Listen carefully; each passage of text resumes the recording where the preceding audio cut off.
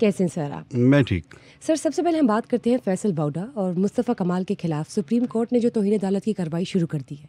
Proxies की जब मैं बात करती हूँ, जस्टिस अथर मिनल्ला ने कहा है कि प्रॉक्सीज के जरिए हमें धमकियाँ दी जा रही है। आखिरकार ये प्रॉक्सीज हैं क्या? आप मुझे बताएं कि प्रॉक्सीज होती क्या है?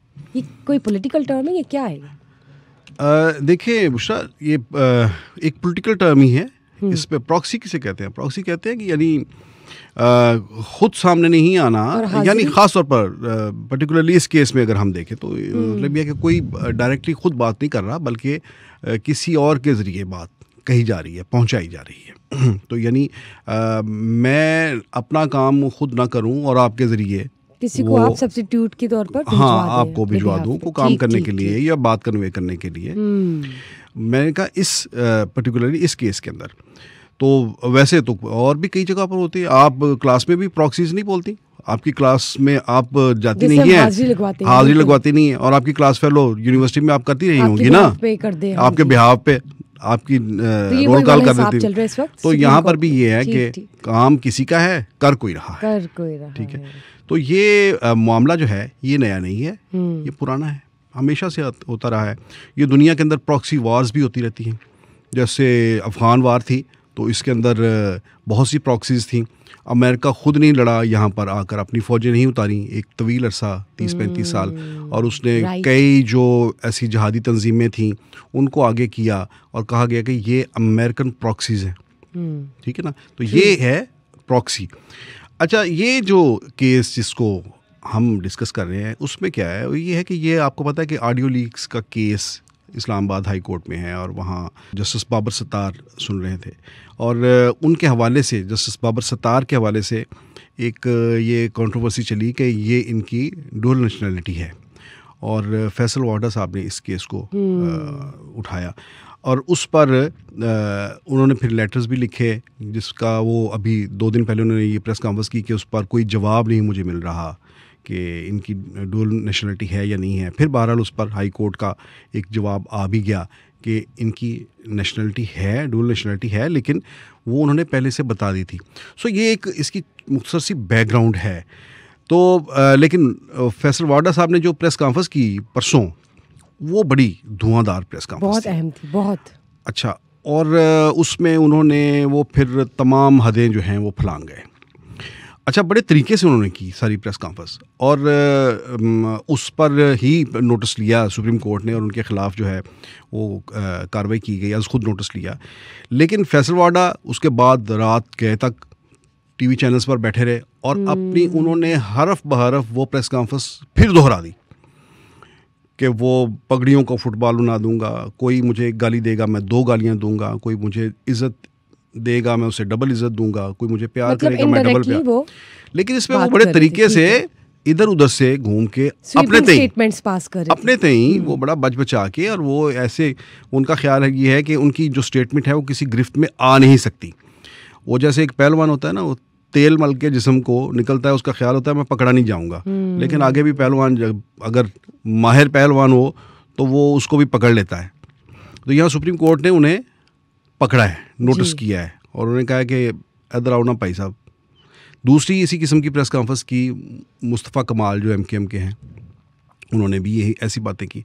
तो इन दोनों को सुप्रीम कोर्ट ने नोटिस ले लिया है और आज उन पर जो है वो कार्रवाई शुरू हो गई है, ठीक है। और ये उनको जो है वो 5 जून तक उन्होंने 5 जून को उन्हें तलब किया गया है। इस दौरान पैमरा से कहा गया कि वो इसकी तमाम जो वीडियो है और इसकी ट्रांसक्रिप्ट जो है वो भी दें, ताकि एक लफ्ज़ सामने रखें कि इन्होंने क्या कहा है, और देखा जाएगा कि इसमें कहाँ कंटेम्प्ट कहाँ ये मुर्तकब हुए हैं। ये मामला बड़ा संगीन है। अब ये लड़ाई इनफैक्ट जो है ये बढ़ती जा रही है, जिससे कहा जा रहा है कि ये इदारों के दरमियान लड़ाई है। मसलन सीधी सी बात ये है कि ये कहा जा रहा है कि ये अदलिया और एस्टेब्लिशमेंट के दरमियान लड़ाई है। अदलिया और हमारी फ़ौज जो है ये हमेशा से एक बहुत आइडियल रिलेशन रहे हैं इनके, और पाकिस्तान के अंदर जो भी चलता रहा है, यानी इक़्तिदार के जितने मामला थे उसमें ये हमेशा एक दूसरे के साथ कंधे से कंधा मिलाकर खड़े हुए हैं। बस ये यहाँ तक हुआ कि जब कभी फ़ौज ने मार्शल लॉ लगाया तो उसको भी, ये रिकॉर्ड की बातें हैं, तो खुद तो नहीं कह रहे कि उसको अदालतों ने उसे कानूनी जवाज़ दिया, बिल्कुल सही, ठीक है, उन्हें कहा कि ये ठीक है, जायज़ है। तो इस हद तक एक अंडरस्टैंडिंग थी। लेकिन अब नज़र आ रहा है कि दोनों के दरमियान जो है वो एक सेम पेज वाली सूरत हाल वो मुख्तलिफ हो रही है, ज़रा उसमें फ़र्क आ रहा है, और वहाँ पर एक दूसरे को ज़रा अपोज किया जा रहा है मुख्तलिफ इश्यूज़ के ऊपर, ठीक है। तो ये लड़ाई जो है, इनफैक्ट ये जो बातें हैं, ये उसी का एक शाखसाना है, और अब तो हाईलाइटेड है, अब तो इस गिरफ्त में आ गई। देखिए, असल में बात ये है कि वो ज़फ़र इकबाल साहब का एक शेर है, उसी दामान पहुँचेंगे मुझे ना मोतबर करने, इसी खातर हमेशा मोतबर होने से डरता हूँ। मतलब यह है कि वो कहता है, शायर कहता है कि मैं मोतबर इसलिए होने से डरता हूँ कि मेरे जो खैर खा है ना, वो बड़े ही मेरे साथ सगे हैं, वो उसी, जब मैं थोड़ा सा बाइज़्ज़त मुआशरे में होने लगूंगा ना, तो वो आकर मुझे 4 बंदों में बिस्ती कर देंगे मेरी। सही बात। अच्छा, मुझे ये बताएं कि ये अंजाम तो मैं पूछूंगी बाद में, अब तो तौहीन अदालत की कार्रवाई शुरू हो गई है, लेकिन ये बताइए लड़ाई शुरू कैसे हुई?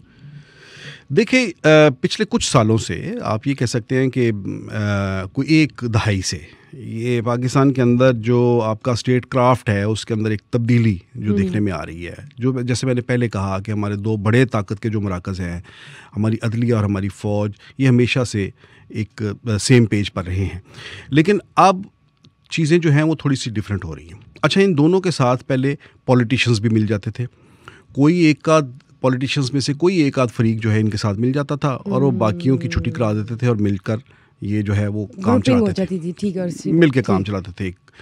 तो पाकिस्तान के अंदर जितनी भी सियासी खराबियां आप कह लें, उसमें ये तमाम जो पिलर्स हैं स्टेट के, तमाम जो अहम ये जो सेक्शंस हैं, इन तमाम ने कोई ना कोई हिस्सा है। जैसे मैंने कहा कि मार्शल लॉज को अदलिया ने, फ़ौज ने मार्शल लॉ लगाए, और अदलिया ने उन्हें कानूनी जवाज़ फराहम किया, आइनी कवर दिया।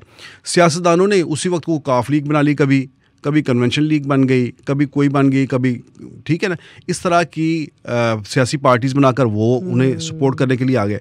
तो यही वजह है कि अब जबकि कुछ थोड़ी सी चीज़ें जो हैं वो डिफरेंट होना शुरू हुई हैं, और सोच में तब्दीली आना शुरू हुई है, और ये बात कही जाने लगी है कि इदारों को अपने अपने आइनी दायरा कार के अंदर रहकर काम करना चाहिए।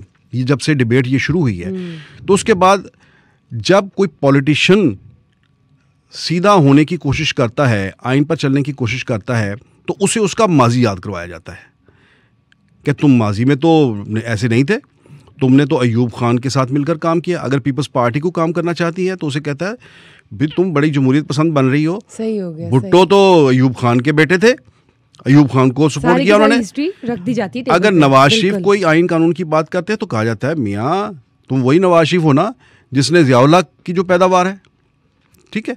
इमरान खान ने अगर कोई बात की है तो कहते हैं कि ये तो पाशा की पैदावार है, सही। Same case is with judiciary अगर कोई बात करने लगती है तो कहा जाता है आप वही हैं ना जिन्होंने परवेज़ मुशर्रफ के माशाल्लाह को आइनी करार दिया, जिन्होंने ज़िया के माशाल्लाह को आइनी करार दिया, जिन्होंने तमीज़ुद्दीन केस याद करवा दिया जाता है उन्हें, आपने भुट्टो को फांसी लगा दी।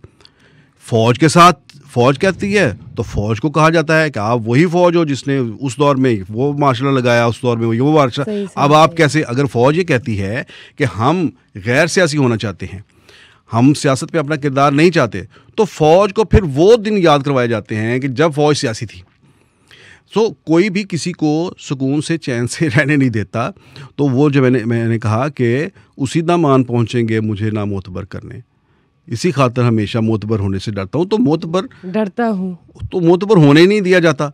लेकिन मेरा ख्याल है कि ये काम शुरू करना पड़ेगा, किसी को तो इब्तिदा करनी पड़ेगी, किसी को इनिशिएटिव लेना पड़ेगा ताकि बाकी सबके लिए। तो ये सारी लड़ाई इसीलिए है। फैसल वाडा की भी प्रेस कॉन्फ्रेंस यही है, मुस्तफा कमाल की प्रेस कॉन्फ्रेंस भी यही है। तो देखते हैं कि अब इस पर क्या करते हैं। अंजाम आपको क्या लगता है, कोई आइडिया है आपको क्या हो सकता है?